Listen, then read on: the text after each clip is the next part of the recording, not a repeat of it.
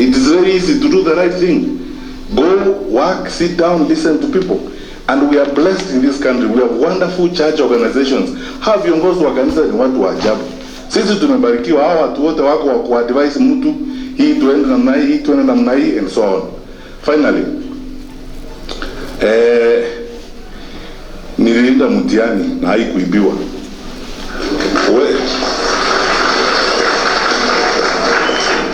Utaiba kura zetu.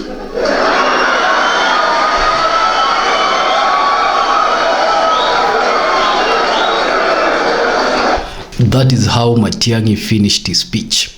Now, the United Opposition have set aside 72 hours, that is a total of 3 days, that they are walking and visiting the Gusii area, and they are doing this to reach the ground in the Gusii area purposefully to create a very solid back support for Okengo Matiang'i. Now, you understand this is very important because the members of the United Opposition are supposed to meet sometime within this year or early next year and agree on one presidential candidate. And so this particular visits to Gusii region, the visits to backyards of the individual principals are very important. Now, in this episode, ladies and gentlemen, we want to bring for you the escalating speeches that is coming out of this 72-hour tour, which has also been met with a lot of goonism, resistance from the government side, alleged by the United Opposition, and importantly will be the speeches that were made that now seems to be speeches indicating that the side of the government have misread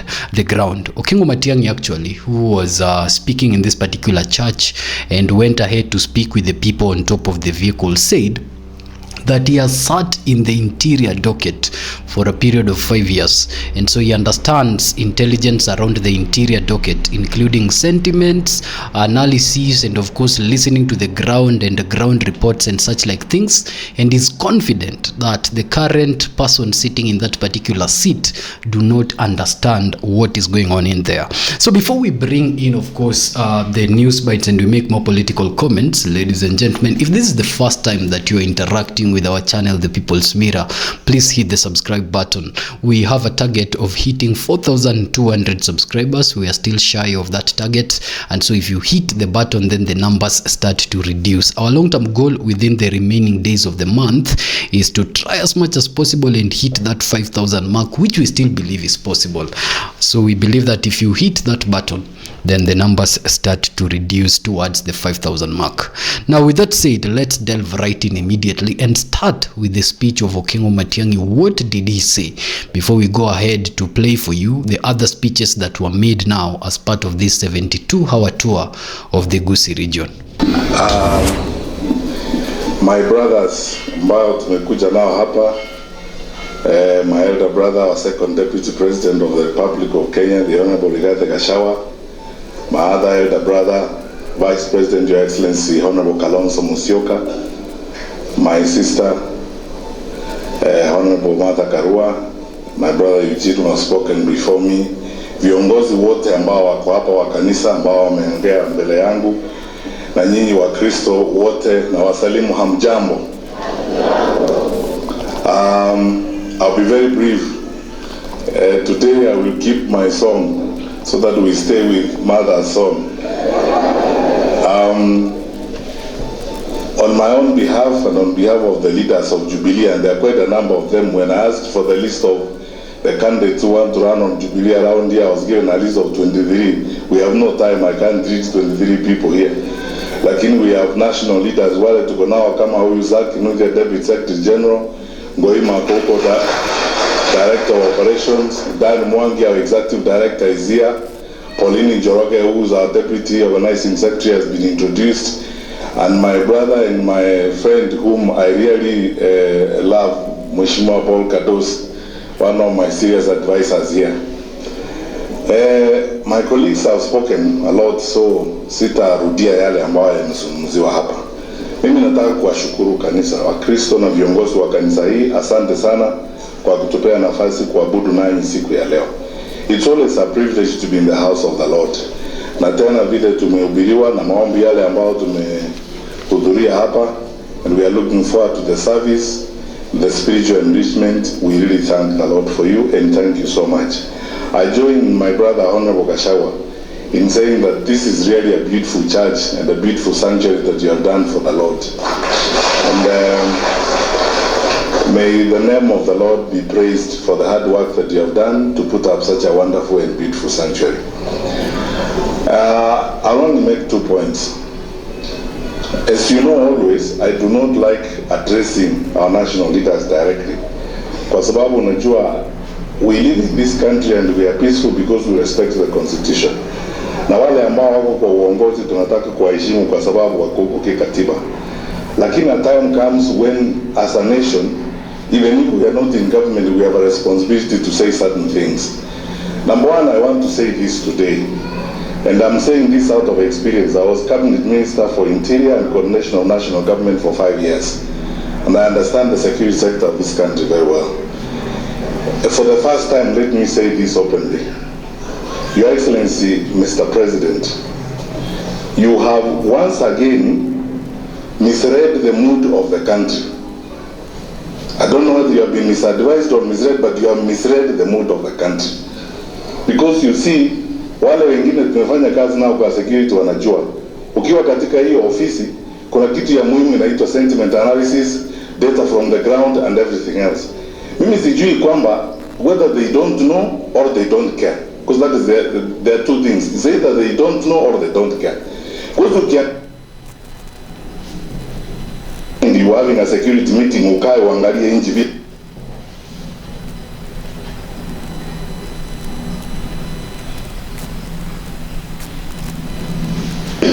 I would tell them, you would summarize that advice in one word: resounding disapproval. Watu wamekataa. You see, that is the introduction of what Okengo Matiang'i started with. Now, before we go even into deeper the rest of the speech, up to the point where he was telling President William Ruto that he protected exams and his votes will not be stolen, let us first lay some background statements around this issue for you, our esteemed viewers. Now, primarily, if you remember 2022, when we were moving into the election of 2022, President William Ruto's camp had two things, and what I had called two strong missiles that he had compared to the Azimio wing. Number one was the church space. President William Ruto used the church space to the maximum core. There are even videos of the president crying in the church space after now the fallout between the former president Uhuru Kenyatta and President William Ruto. And so this church space, you know, church is very, very important. I've said it in other episodes here in our channel, saying that other than the state, another important pillar is always religion. And so President William Ruto tapped into it, and of course the sympathy votes of what was happening between him and President Uhuru Kenyatta led to a very huge support of the church rallying behind his ideals. Another missile that President William Ruto had in 2022 was the youths. The introduction of the bottom-up economy targeting Mama Mboga, the introduction of the wheelbarrow as a slogan of the party, targeting the informal sector really. President Ruto understood that only 16 to 20% of the Kenyans that are employed are actually employed in the formal sector. So he understood that the rest of around 80% of the Kenyans employed are in the informal sector. He brought about the informal dream, and in his informal dream he started with the least person in this particular hierarchy of informal jobs. And so the talks of elevating Makanga, the talks of elevating Mama Mboga, the talks of elevating Boda Boda were his strategic statements to tap into that 80% of the employed voter mass of Kenya. Now we are moving into 2027 and we are moving in very rapidly. The church has gone away. The united opposition seems to have centered on the church ground stronger than the president did even in the previous elections. And we are seeing, moving into the end of 2026 and perhaps even the first few months of 2027, the united opposition is going to tap into this church space more. And so whereas the president is also going to have an opportunity to seek his re-election and go onto the roads, the connect that he had with the churches previously might be divided right now. The reason why I'm also confidently saying this is also because of these attacks that have been meted towards the church. Now you remember some times back, a church returned the money that the president had given them after a declaration by a senior member of the church had gone out and said that the president should not be giving those kind of money in the podium. We are going to see a likelihood of now the church right now being divided between the united opposition and President William Ruto's camp. Now the church is already divided. It's not a sure voter block either for President William Ruto or for the united opposition. Let's come back to the 48% of the Kenyan population and 25.7% of the voter mass, which is the youth. Now the number right now might be in those percentages, but the youths are going to take more ballot whatever the voting cards and so on, and so into the ballot in 2027, this particular election is going to see the influx of the youths in the election space. But currently, who holds the youths? Now that is the big question. Whereas the president is trying to have the grip of the youth, of course, under his arm with the Nyota program, of course, so that the youths might remember that at one point when life was really difficult, the president that gave them 50,000 at that time was President William Ruto. While that is happening, Babu Owino and Sifuna and Caleb Amisi and the young turks of the ODM party are premising their political might of 2026 and 2027 into the youth. So this means that even the youth camp is also going to be divided for UDA camp 2027, which reminds me that the strategy of the united opposition and the outburst of the young members of the ODM party put the UDA party at a very critical space to hold ground for 2027. So I know each camp is getting their house in order, including the president's camp. Now let us go back to Matiang'i's speech. Now Matiang'i oozes experience. He says that he has been, of course, the interior CS for quite some time, that he details to have been 5 years under President Uhuru Kenyatta's government. Now, that is true. Yeah, his experience aside, there is this sensitive thing he's saying. He's saying that when he was in that particular position as CS for Interior, they used to receive certain intelligence, including what he calls sentiment analysis and also data from the ground. And so he says that it seems the president or the person sitting in the position of CS Interior, which is of course the Honorable CS Kipchumba Murkomen, might have not understood what the ground is saying or might be playing disregard to the voices or the intelligence that is coming out of the ground.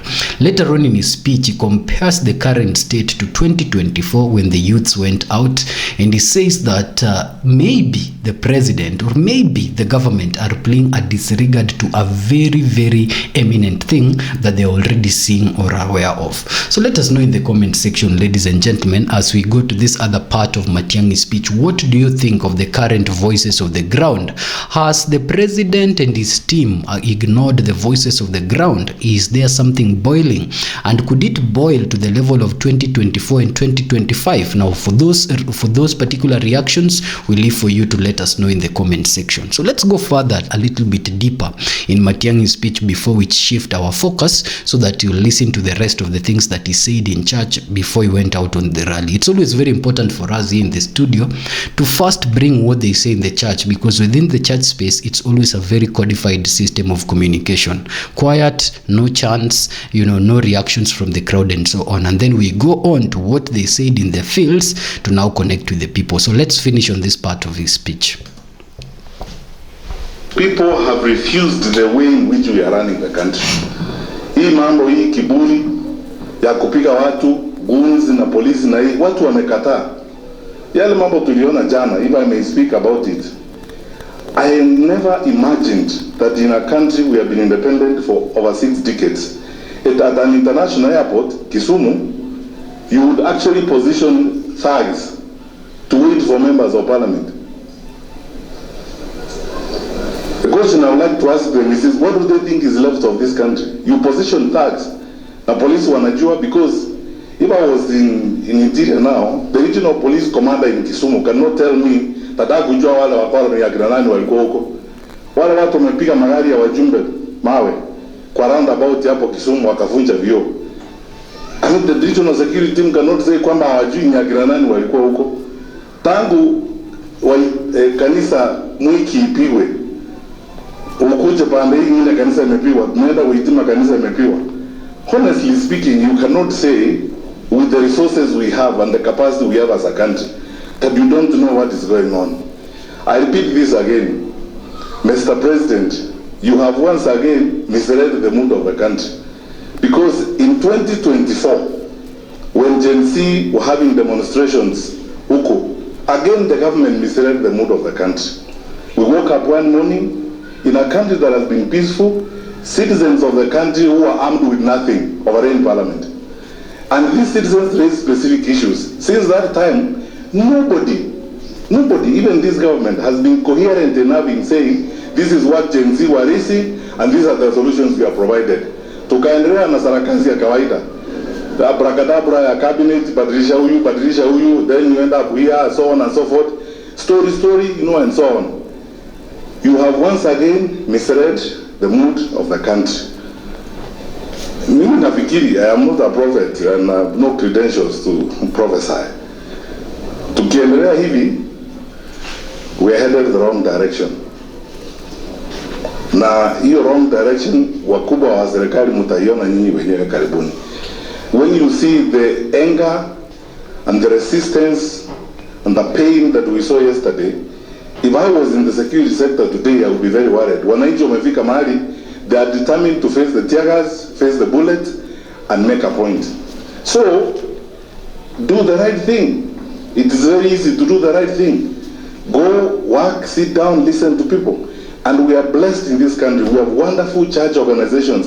Hawa viongozi wa kanisa ni watu wa ajabu. Sisi tumebarikiwa, hawa watu wote wako wa kuadvise mtu, hii tuende namna hii, tuende namna hii, and so on. Finally, nilienda Matiang'i na haikuibiwa.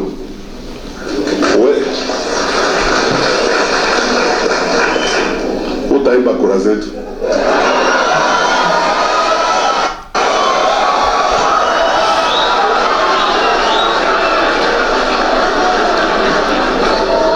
Now that was the fire end, which we also started the episode with. Matiang'i reminded them of 2016. I happen to have done my exams in 2016, Kenya Certificate of Secondary Education. A very tough time then. After overwhelming success rate of 2015, where almost everyone in the country had a street A plane, our year came, and it's only 141 people that scored A plane. And people wondered what happened, but also people have never forgotten 2016 when the sanctity and the integrity of examinations in Kenya were of course maintained. And the person that was in charge of the wheel then was Honorable Okingo Matiang'i. Perhaps one of the reasons why people believe so much and have confidence on his ability to deliver. Now quickly, let's make comments on the last part of his speech. You see, Matiang'i's new wave shows so much confidence. You cannot deny that fact. I think after this unification of PNU rather, and Jubilee, there has been a very strong support growing around the presidency of Matiang'i. And this injection of PNU into Jubilee was coming at a time when there were even doubts around the position of Matiang'i vis-a-vis other principles. Another thing is the overwhelming support that Matiang'i received in Nyamira and Gusii. The rallies in Nyamira and Gusii can only be compared to Kakamega, and even Kalonzo himself, in an episode that we will detail later while you're keeping it here at the People's Mirror, actually confessed that in his entire political life he has not been received with such a multitude. So what does this mean? An overwhelming support when Matiang'i has taken the united opposition to his backyard scores Matiang'i positively in the conversations about how will they arrive at a presidential candidate, and adds even more force to what Matiang'i has been saying, that if there is going to be a conversation on the presidential candidate of the united opposition, then it needs to be empirical, in the sense that it needs to follow a scientific method. Now, we saw even Peter Munya, who is the PNU party leader right now, going all the way with the United Opposition's co-principals to Gusii area to just show this support that they are now building behind Matiang'i. And this keeps building up, of course, as I've said, towards that particular decision. So Matiang'i believes that we are headed in a very wrong direction. And the reason why we are headed in a wrong direction is perhaps there is a lot of information to act on there and to resolve, but the government somehow is turning a blind eye to it. Now you see that if this increases or goes on for quite some time, then officials of the government will actually see that we are headed in not a very good direction. Ladies and gentlemen, you cannot really downplay statements of Okengo Matiang'i when it's a security statement, because he has served in that docket before. And I was here, the People's Mirror is just to bring it as it is. That particular speech that he made in church was exemplary in its own nature and had so much weight that either the president or the person in charge of our national interior should look into, so that we do not find ourselves going back to 2024 or going back to the conditions of 2025. Now, in the next episode, we are bringing for you the speech that was made by Rigathi Gachagua, fiery as it was. We are also bringing for you in the subsequent episodes, of course, the speeches that were made by all the members of the United Opposition yesterday, the ones that they will make today because they are still in Gusii area, and of course the response that Edwin Sifuna has now unilaterally made when he was asked whether or not he's going to run for presidency. Keep it here, the People's Mirror, your number one impartial political podcast in Kenya. And if you're already a member of the People's Mirror, like the video, share with it so that other people can also be part and parcel of this movement that we are creating around the Kenyan political scene ahead of the election year. Thank you so much.